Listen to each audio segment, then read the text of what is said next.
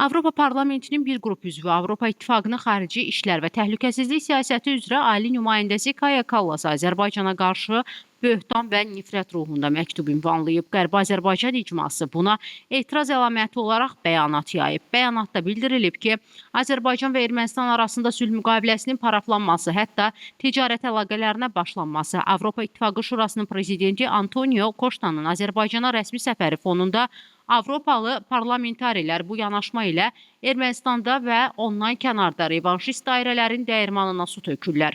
Bu xüsusda qondarma rejimin törtöküntülərinə France 24 kanalında efir verilməsi də çox saylı suallar doğurur.